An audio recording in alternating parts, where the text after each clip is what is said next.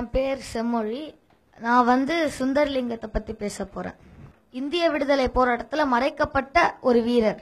ஒரு நாள் ஜாக்சன் துரை என்றும் ஆங்கிலேயருக்கும் கட்டபொம்மனுக்கும் பாஞ்சாலங்குறிச்சியில போர் நடந்தது. முதல் நாள் போர்ல கட்டபொம்மனோட அமைச்சர் வெள்ளைத்தேவனை வீர மரணம் அடைந்தாரு. இரண்டாவது நாள் ஊமைத்துறைன்னு இன்னொரு அமைச்சர், கட்டபொம்மனோட அமைச்சர், அவரும் படுகாயம் அடைஞ்சாரு.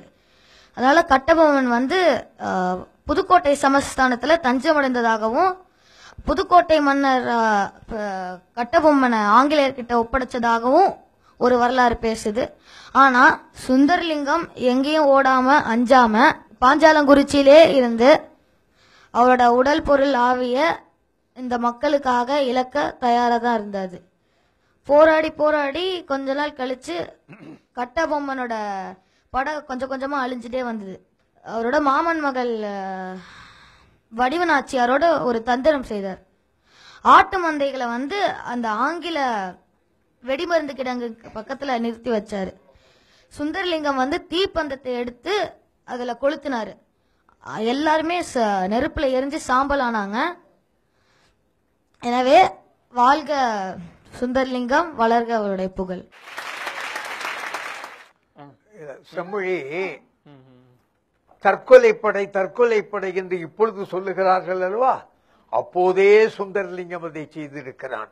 கட்டபொம்மனை அழித்து ஒழித்து விட வேண்டும் என்பதற்காக எல்லா இடங்களிலும் இருந்து ஆயுதங்களை கொண்டு வைத்திருக்கிறான் பாஞ்சாலங்குறிச்சியிலே, கட்டபொம்மனை ஒழித்து விட வேண்டும் என்று.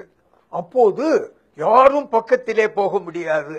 அப்பொழுது சுந்தரலிங்கம் அவனுடைய முறைப்பெண் மாமா மகள், அவனும் அவளும் ஆட்டு இடையர்கள் போலே வேடம் போட்டுக்கொண்டு ஆடு மேய்ப்பதை போலே அங்க போய்கொண்டு, யாரோ ஆடு மேய்க்கிறவர்கள் என்று வெள்ளைக்காரர்கள் இருக்கின்ற நேரத்தில் அந்த ஆயுதம் வைத்திருக்கின்ற இடத்திலே தீப்பந்தத்தை கொளுத்தி உள்ளே குதித்து ஒரு பெரிய தியாகத்தை செய்து வெள்ளையர்களை மிரளச் செய்தான், ஓடச் செய்தான்.